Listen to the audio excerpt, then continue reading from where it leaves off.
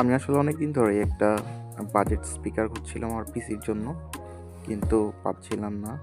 তো এই স্পিকারটার কোনো রিভিউ পাচ্ছিলাম না। স্পিকারটা আমি অনেকদিন ধরেই দেখছিলাম অনলাইনে।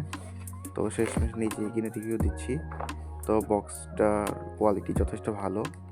তো বক্সটা খোলার পর আপনার প্রথমে দেখতে পাবেন কিছু পেপার ওয়ার্কস, যেখানে ওয়ারেন্টি কার্ড থাকছে, একটা স্টিকারও পেয়ে যাবেন।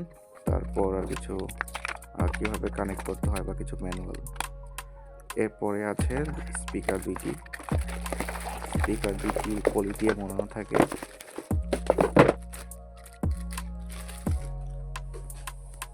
তো স্পিকারের সামনের অংশে রয়েছে ডান পাশেরটা একটা ভলিউম নব এবং RGB লাইটনিং। আর স্পিকার যেহেতু ইউএসবি স্পিকার, তাই ইউএসবি পোর্ট আর হচ্ছে 3.5 মিলিমিটার ইনপুট অডিও জ্যাক। এখন স্পিকারটাকে আমরা একটা পাওয়ার ব্যাংকের সাথে কানেক্ট করব।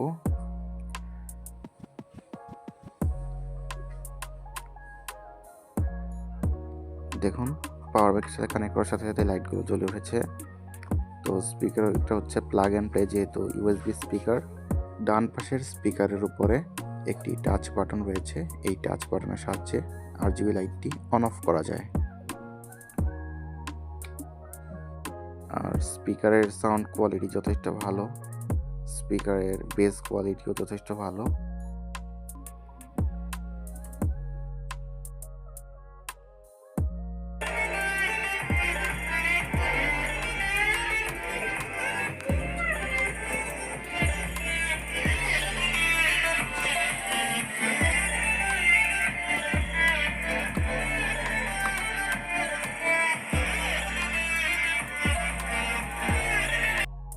যেহেতু এই স্পিকারটির দুইটাই 5 ওয়াট করে 10 ওয়াটের আউটপুট, তাই সাউন্ড যথেষ্ট লাউড।